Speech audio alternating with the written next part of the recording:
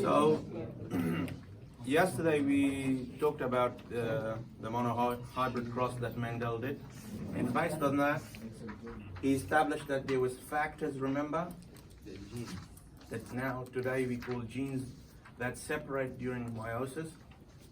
So when you get the haploid cells, remember in meiosis 1, the homologous chromosomes separate. So those factors separate during meiosis and then they reunite back during fertilization.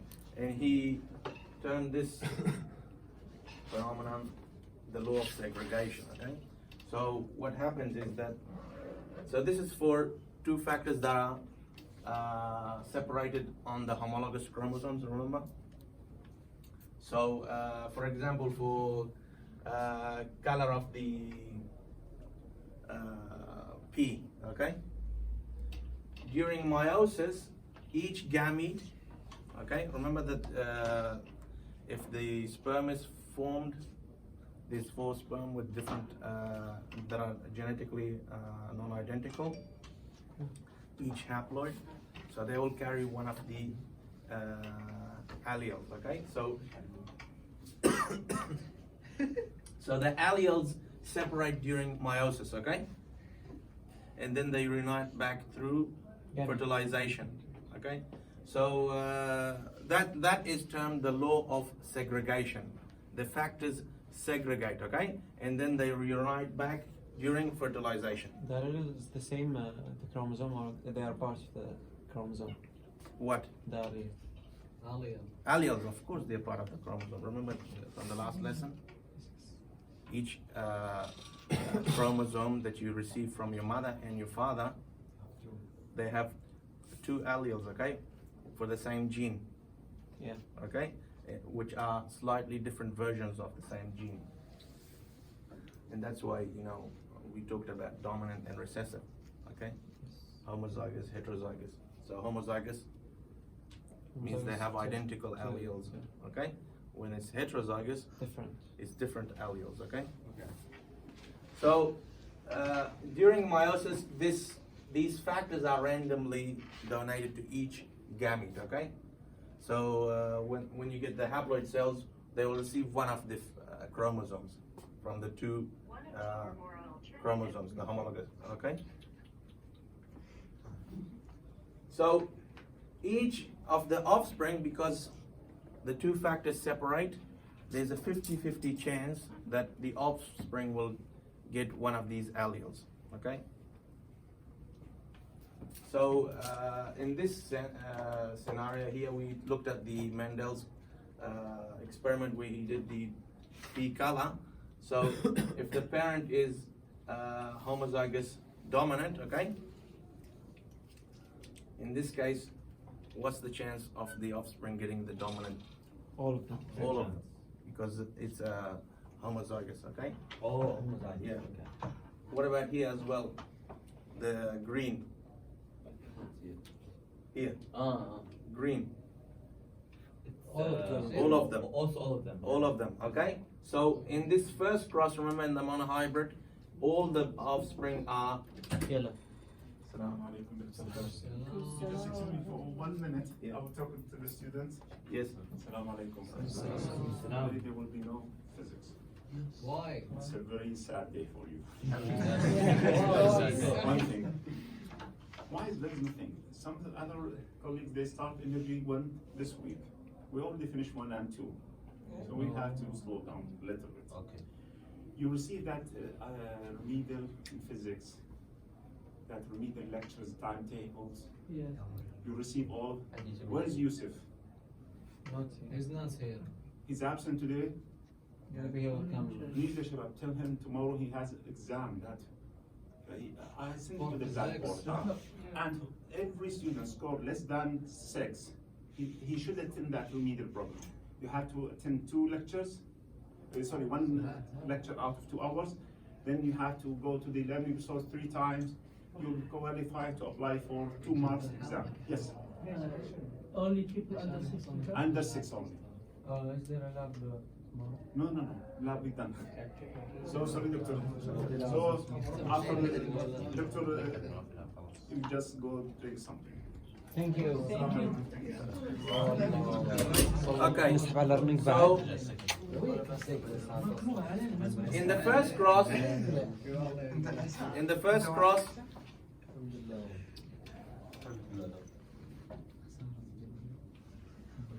which Mendel did using the purebreds, remember the homozygous, there's a 100% chance that they'll receive that allele, okay?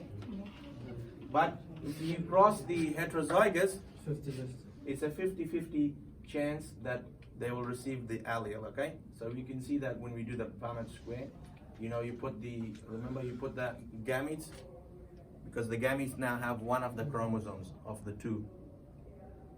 So they will carry one of the alleles. Is that right? Yes. Okay.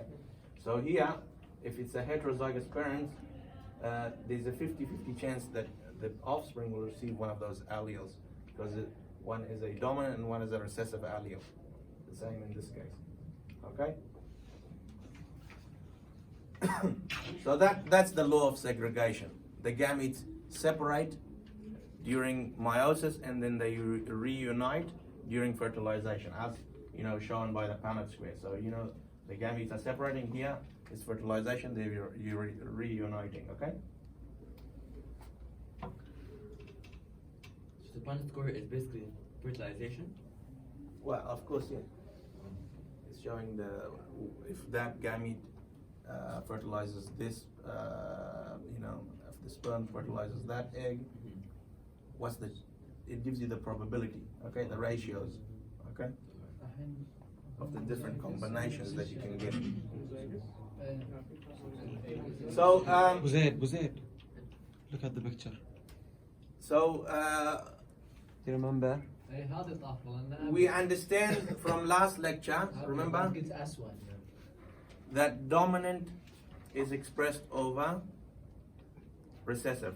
So the dominant allele masks the recessive allele. So if you have heterozygous dominant, they're still carrying the recessive allele, but it is not expressed, okay? So if you are a heterozygous, you will still show the dominant phenotype, okay?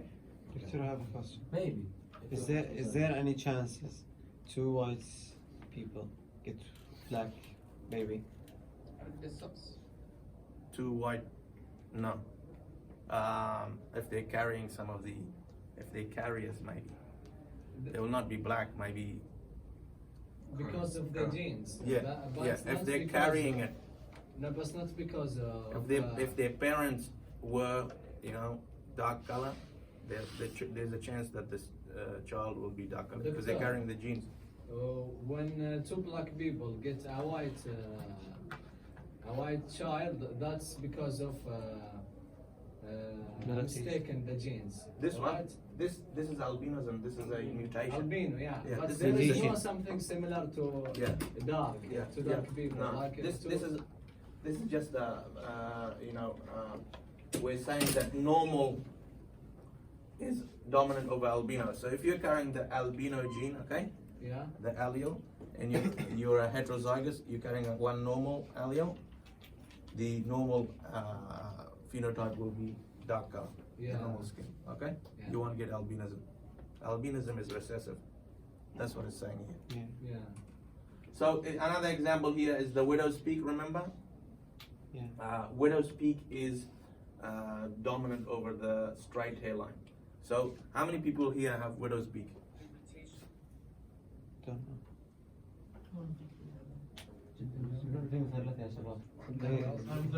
Widow's peak there, know. right, the hairline. So that phenotype is dominant over the straight hairline. Okay, so some students here have straight hairline.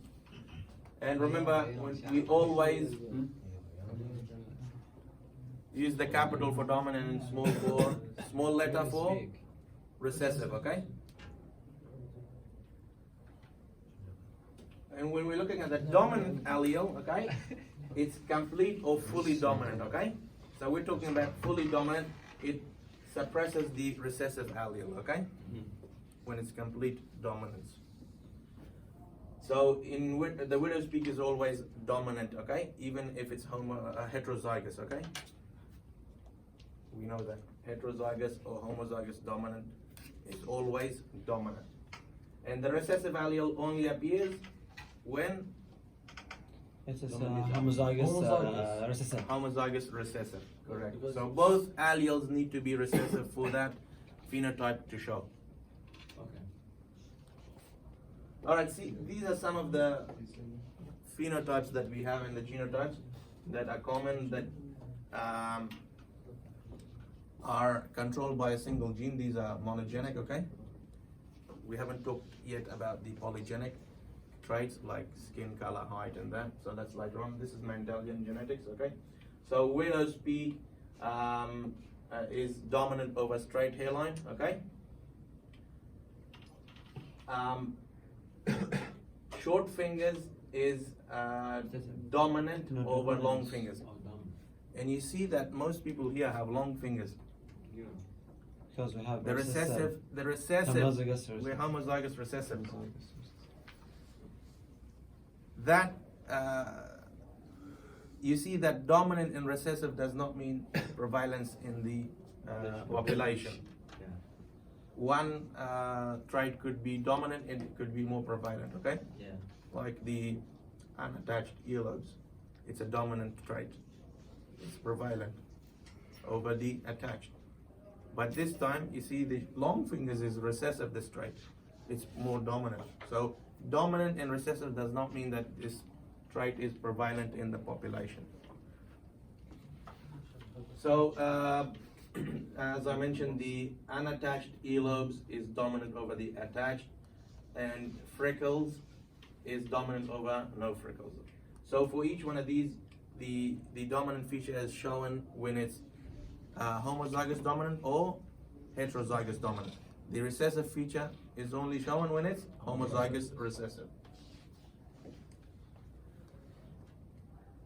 Now, recessive alleles, there is no advantage over the dominant. You know, if you have a recessive allele, it doesn't give you any advantage.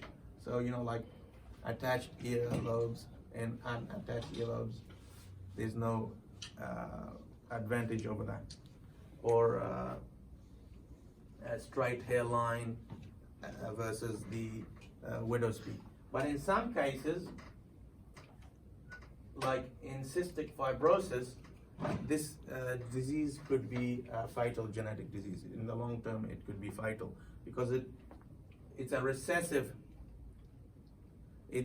You only get the disease if you are homozygous recessive for the mutation. So if you have one intact allele and one mutated allele, you're still okay.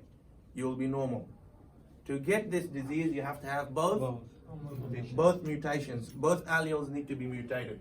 If you have one normal and one mutated allele, you're a carrier. You're only a carrier, okay? So if you have both, you get cystic fibrosis, which causes buildup of mucus in the lungs, and it makes breathing hard. It causes bacterial infections. You get buildup of mucus in other organs like the stomach as well. There is no cure. No, there's no cure. There's just preventative, antibiotic therapy and clearing of the mucus. Okay, so in cystic fibrosis, there's a particular protein which has a mutation that actually exports salts and ions out of the cells in the lungs, and that is inefficient, and it causes buildup of mucus in the lungs, and this is what causes these troubles with, breathing and infections, pneumonia, that sort of things. Okay, so to get this cystic fibrosis, you have to be homozygous recessive. If you're heterozygous, It's okay. you're normal. Okay, Just carry This it. is disease because it's mismatch in sequence.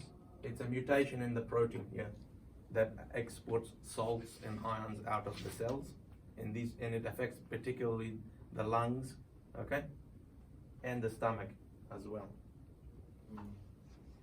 All right, and people with this sort of they have difficulty breathing and also they get malnutrition as well. Doctor, there are Because nothing. the digestion is not working properly because of the buildup of the mucus. There are nothing prevented before happening, like No. from the beginning. Because you have the genes.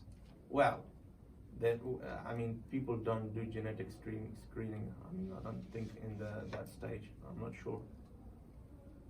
You have to do the genetic screen before. Yeah, and So it has- the mismatch. Yeah, it has to. You can only do that if you're gonna do in vitro fertilization, and normal fertilization. Nobody You can't. Yeah, unless you know you're a carrier, and your wife is a carrier as well. There's a chance that the child will have. What's the chance? 1/4. 1/4? If it's both carriers?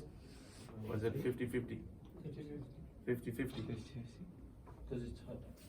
And No. One will be Both carriers? One will be, yeah, two carrier and Two one carrier. normal, and one of them is Have the disease. have the disease. Yeah. So let's say this one is normal, this one is carrier, okay? Normal 50-50. carrier. So it's 1 in 4, 1/4. 1/4. Remember Mendel's cross, 3:1? تعبان. All right. So there is if both parents are carriers, to get cystic fibrosis, there is a 1 in 4 chance. So the children could still be normal, you know. They could still be normal, but there is a chance that a 25% chance that they will get cystic fibrosis. But you already do some sort of genetic screening here in Saudi Arabia before the marriage? They do like for To check. They do just for not just for HIV. not HIV. They do it for English test. sickle cell anemia. For sickle cell anemia, they do it. Yeah. They do the genetic test. For Okay, sickle doctor, cell. why between the cousins the percentage is very high to have a disease like the? Not very high, but higher than the other people. Yeah, okay. Well, I've seen unrelated ones also have the diseases Yeah. But the chance is more if they are cousins or. because it can accumulate the genetic disorders. It's coming from the same parents, you know. The grandparents are the same. So Have the same alleles. They are carrier. because the gametes separate and they get married, okay? When they reunite, maybe two alleles with the disease can come together because they're from the same family. You know, if you do the family tree, you understand what I'm talking about, okay? If the grandparents were carriers, or one of them was a carrier, the next generation will not have it, okay? But if the cousins marry, there's a chance that those carriers, will be carriers. the carriers, they come back together, there's a quarter chance that they will get the disease. You understand that? So, recessive alleles are not always harmful, but in some cases, they can cause these fatal diseases. When you get the recessive form, in this case, cystic fibrosis. Now, as I mentioned, dominant does not mean that it's prevalent in the population. So you see here that we have the polydactyly. Polydactyly means you have an extra finger, okay? Get it in the cats as well, 6 fingers. This is caused by a dominant, okay, allele. So the polydactyly is dominant over normal 5 fingers, okay? Okay. So normal fingers, normal toes is recessive. So How many people here have 6? No. 0. 0. You probably don't even know anybody who has it. Yeah. Yeah, I know some baby, but they do a surgery. Yeah, on they the do. baby. Yeah, but He's talking about the I'm gene. talking about don't worry about that surgery. So We're I talking don't about think genetics. there are, someone in this age will have 6. Yeah. So to have that sixth, Doctor, Yes. if someone have six fingers and he married a woman who she doesn't have, she has 5 fingers. yeah, The chance to have 6 fingers is more than because it's dominant. yeah. Well, he could be heterozygous dominant. Yeah, and he will So get it six. depends. Yeah. So heterozygous or homozygous dominant. Okay. So Depends if the woman is a carrier. Is it harmful to have 6 fingers or? No, I mean, you see, he said the surgery to remove it to get back But to normal. if it's if I want to keep it, will it be kept? You know, a normal finger or not? I don't know. I mean, yeah, it's okay. Can you control it? Advantage, huh? yeah. It has So it will be a normal. Yeah, but can you feel look it, like can the move odd it. one. You know, socially, it won't be. People will be not accepting it, and you know, I you'll can't get. scare people. 8 people will move it. Okay. 5 fingers is enough for us. And doctor, also is the same because it's the Huh? sequence. No, this is a dominant allele. Okay. So it's not a messing in the sequence. What's the I'm not sure about this one. I don't know about So the it's other not one. mutation. Yeah. Well, it could be a mutation. Dominant over the recessive normal one. Oh, that's it. I'll look into this one, what is causing that, okay? Alright, so dominant or recessive does not mean that it's more prevalent in the population. Yeah. Doctor, if my dad had like 6 fingers, Yes. there will be a 50 chance to me to get 6 fingers. Because Depends it's on your dominant, mind. depends. It's Depends. homozygous. If he's homozygous, there is a 50% chance. If he's hetero, you have a 25%. It's also If the mother is not carrier, it also If depends it's on dominant, doesn't matter. doesn't matter. Oh, okay. It's not receiver.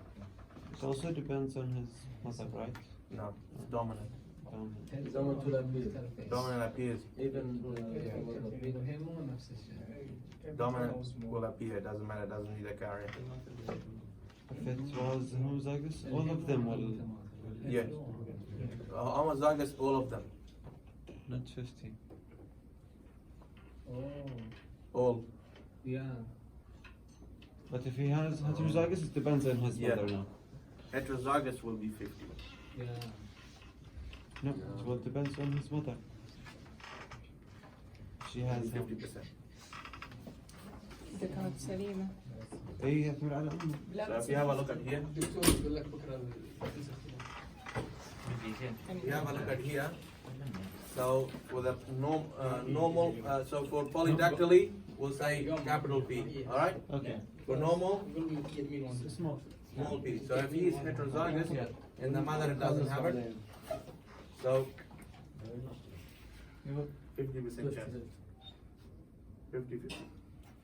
دايخ اليوم هادي Okay. دايخ. But if it's the both parent, if the father is homozygous, All of them will be better. Yeah, also. Yeah. 100%. Does your dad have 6 fingers? That's good, alhamdulillah, he doesn't have it. So you don't need to worry. Yeah. Okay. Alright, so we looked at the monohybrid cross. The dihybrid cross that Mendel did, he's looking at 2 independent traits, okay? So these traits, for example, like when you're doing a dihybrid cross, you can look at the earlobe shape and the hairline at the same time, and we can use the Punnett square to determine the ratio, the genotypic and phenotypic ratios.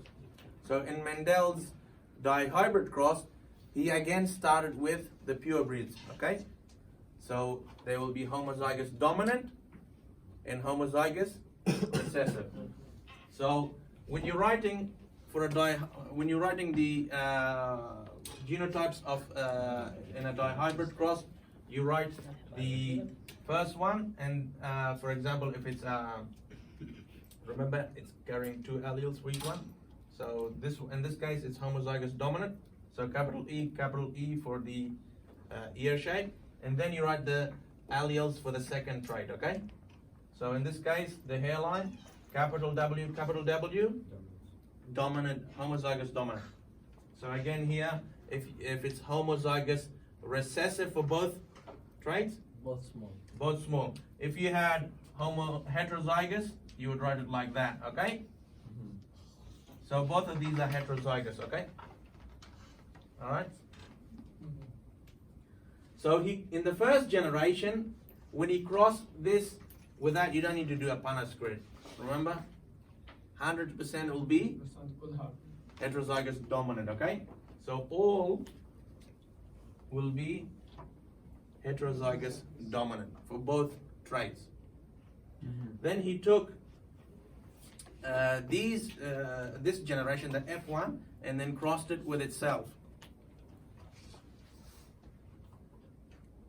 But why you are using dihybrid cross? What's the benefit? What's different between? So when he did the dihybrid cross, he established the laws of independent assortment. Okay, remember that laws of independent assortment, that the chromosomes, homologous pairs, can line up each way. That's how he established these laws. Okay. What if you want to know how 2 different traits, how they carried? You can do it this way, using the dihybrid cross. So remember that in a heterozygous, when they mate, they will have the different alleles. Okay, so we write the alleles for the gametes because they're carrying 1 allele. Remember? Yeah. So the gametes will be written like this. For example, E capital, W capital. All right. How do we get this? So if you have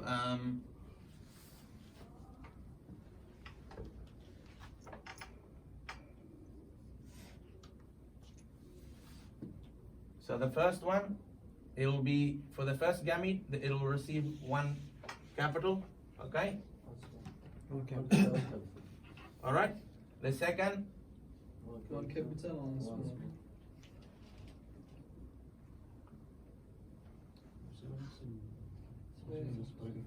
and so on. The different combinations, you get 4 different combinations, okay?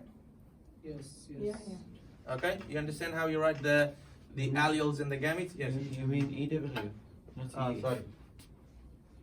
EW. So you go by from left to right. Yeah. And So these are the 2 different traits, okay?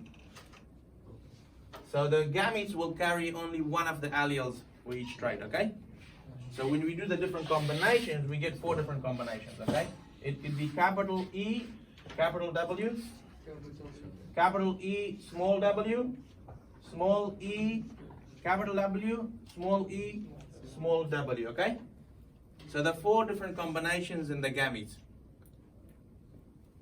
So when he did this, when he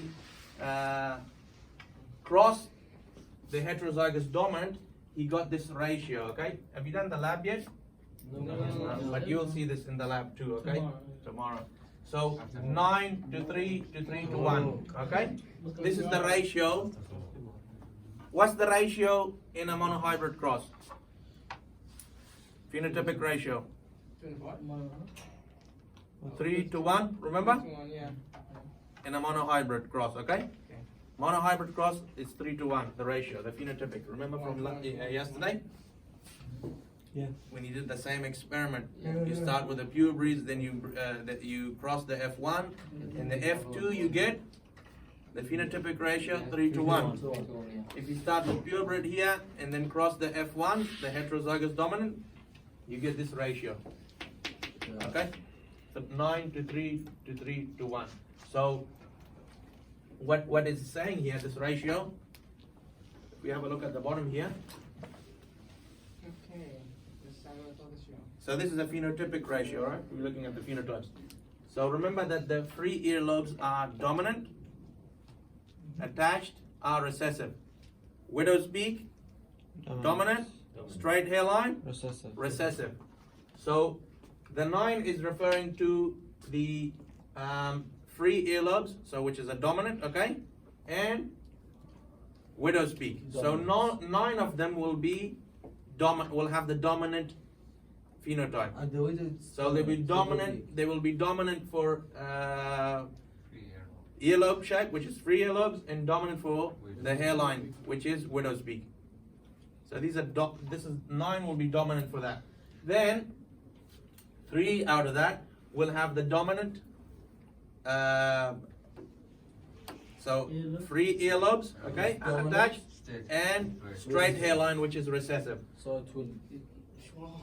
Okay, we're gonna do the Punnett square in the next slide, okay, and explain this to you again using the P experiment.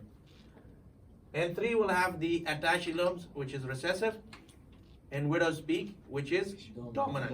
It's the same. So then finally only 1 out of that 16 will have the attached earlobes and straight hairline. What's the genotype here? 1/16. Yeah, homozygous recessive. So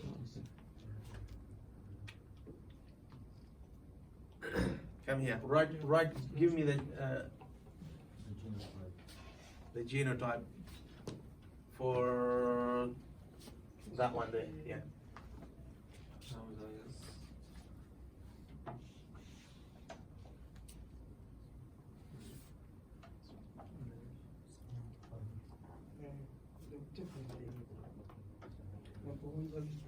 Like this, right?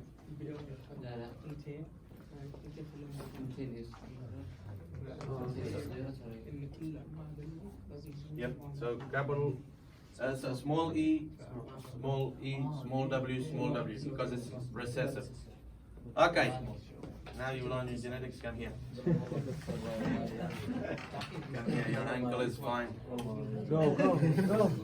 Yesterday it was okay. He's lying. Come here. Quick. Give me the possible genotypes here. Possible one.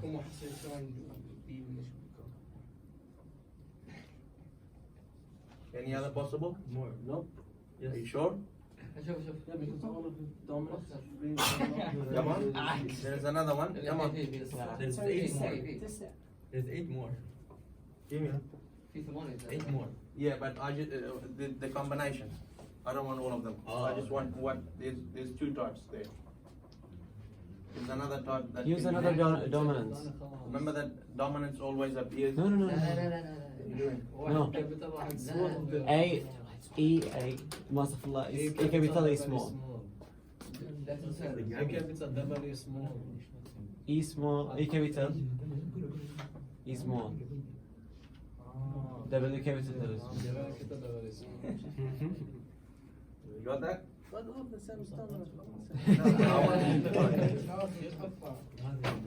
Genotype, okay? What about here? Here. So free earlobes. E capital. So we can have free earlobes like this. Okay? And the very small. The hairline is straight. It's So small, recessive. Homozygous recessive. so both of these genotypes can give that phenotype, alright? Yeah. What about here? Attached earlobe. So E small, E small. so it's widow's peak. So we just write it here. What widow's peak can be? No, E small, E small. Sorry, did I do? Buddhist peak can be when There's too many E's and W's. Capital W, capital W. E small, E small. Capital W, capital. Okay, so W and capital W. Capital W, small W. Small W. خلاص النخام. it's like that too. Yeah. But for this one, there's only one. So we understand the genotype two different genotypes, and those one can give the same phenotype. Doctor, So for example, Doctor. you have to do the times the third one. for double alleles or only one allele? Yeah, this one from dihybrid cross. If you get the question, Dihybrid. just remember it. Don't need to do balance from Doctor, If you want, 9 to 3 to 3 to 1. if you want to do this, you need to know it's the free problems. So, recessive or dominant. Well, you already know that because I just told you. Okay, but I think about the other. Yeah, you will. They will tell you. in the exam, If it's a different It's one, now we'll tell it's you. facts. Yeah, yeah, okay, Doctor. The third challenge is E small, W capital, right? yeah. Yes. I think it's too long for the quiz, Huh? for the exams. It's too long for the exams. This one? You have the Yeah. time. Easy. You have It's time. easy but it will take time from the exams. Why? Very easy. You have 2 hours. وشو ما يبغى I'll show you تطلع how كل easy it is. الاحتمالات يعني هو. بيعطيك الكلام وايد straight. So let's show this, and then we can do. Let's quickly go through this and do Kahoot, okay? Yeah. For the hybrid cross, it's always 9 to 3 to 1. Did we do the Kahoot last week? No. Yeah. And then Our chapter 4. Yeah, we did. Okay. بس بس always 9 to 3 to 1. لا بمشي. Because you're starting off with a purebred, then you're crossing the F1 with itself. This will give you 3 to 9 to 3 to 3 to 1. If it's a dihybrid, monohybrid, 3 to 1. So, okay. So if you do the pure lines, remember the gametes are all the same in those ones. Yes. E capital, W capital, right? It's homozygous. So it's homozygous. And that one is homozygous recessive, small e, small w. So when you cross them, all of the offspring will be heterozygous dominant. So E capital, small e, W capital, small w. 100% when you cross homozygous, okay? Yeah. Then if you take them and cross them with each other, so the gametes, there's 4 different combinations here, okay? Yeah. And we discussed them in the previous one. So if you cross them, remember this cross with that. So you when you do the gamete crosses, again you have to write But doctor, F1 the ratio is 3 to 1 when in F1. What we did? no 100%. 100%. 100%. Okay. 100% heterozygous dominant. Here we get different ratios, okay? So if we write all this down,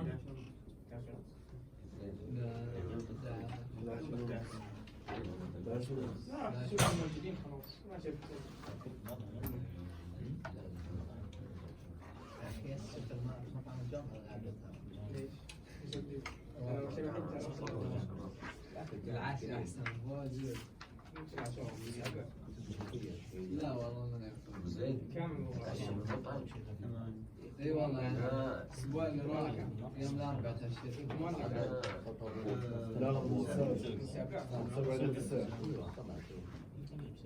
لازم يوم اجل كل يوم مطعم والله مرة كل يوم اسافر برا آخر مرة كنت بطلع أنا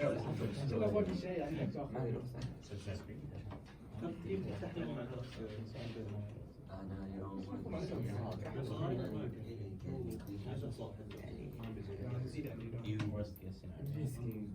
ما اقول لي يزيد يعني هو اذا بيزيد ويصير نفس الكريم يعني. شفت راسك ترى ياكل انا ما اخذ شيء يعني سلطه وعيش كريم يعني كنسل. لكن في بس الحمد لله. الليمون حقه والله الليمون والله في شاي okay. So we have a look at this. If we have a look at this, we find, so to get that ratio, okay, we need to have a look at the different possibilities, all right? Is that dominant for both features? Yes. So we got 1, 2 dominant, okay? Yes. 3 dominant, Yes. 4 dominant, Yes.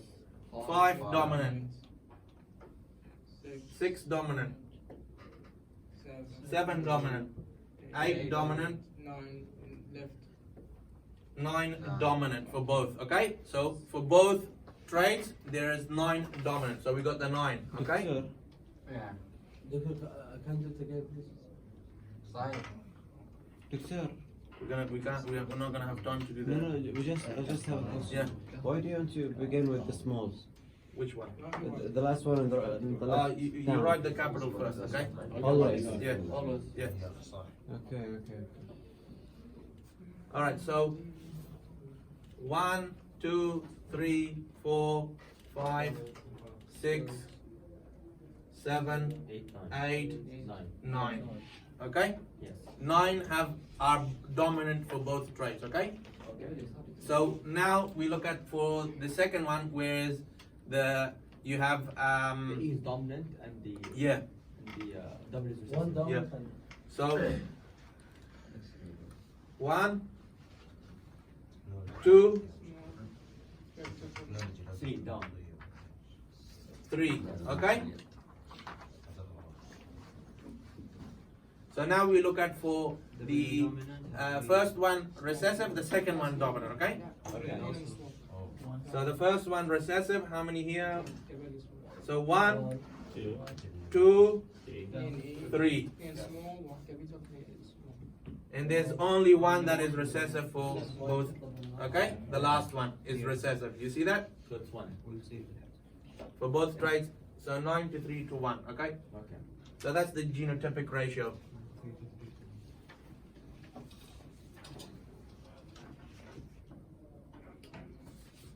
All right. And of course,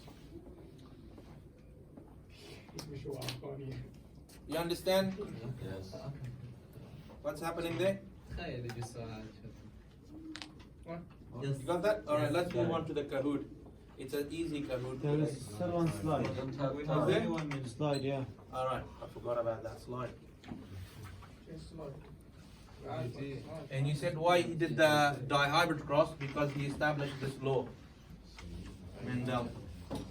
The law of independent assortment. So it applies to 2 or more When?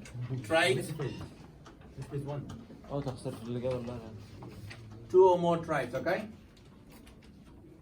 So that's why he did the 2 trait and he came up with the law of independent assortment. Remember that in meiosis 1, the chromosomes can line up.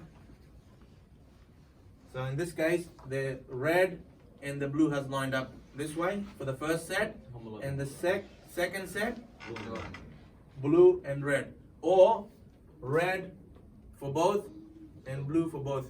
So we have 2 different And the duplicate. ways. Yeah. So 2 different ways that the chromosomes can line up. Okay, so this is called the law of independent assortment. And how he established that, because the 2 different traits were carried on different chromosomes. Okay, Okay. so for the earlobe, free or attached earlobe is on this chromosome, and the straight or widow's peak, straight hairline or widow's peak is on the second chromosome set.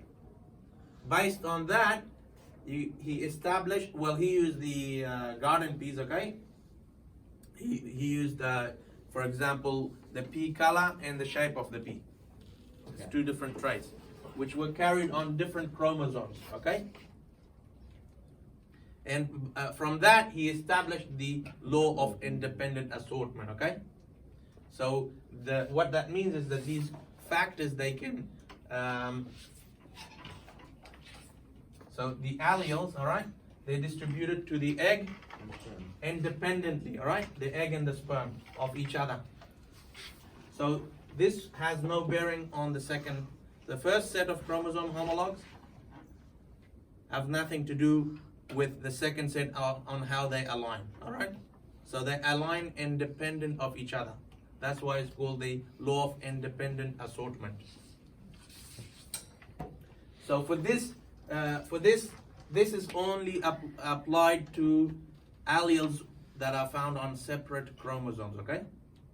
If they are on the same chromosomes, then it doesn't apply. What do you mean? when they're linked. So if the gene for straight hairline in widow's peak is on this chromosome and this location, and if we find the attached and unattached earlobes on the same chromosome, okay, it's not going. This law of independent assortment doesn't apply because both it's on the same chromosome. All right, it's both traits. Okay. So this law of independent assortment doesn't apply to alleles that are linked. So only to non-linked alleles. It applies to non-linked alleles that are on separate chromosomes. Okay. Now linked alleles might be inherited together or not. Sometimes they're not because we get crossing over, dependent on how close they are linked. So if they're far apart on the chromosome, they're not necessarily inherited together. Okay? Because crossing over can shift them. Okay. Remember crossing over? Yeah, in prophase 1. Yeah, we'll talk about that in the next lesson. I think there's this slide here, but we'll talk about it later, okay? Now get your cahoots out, everybody.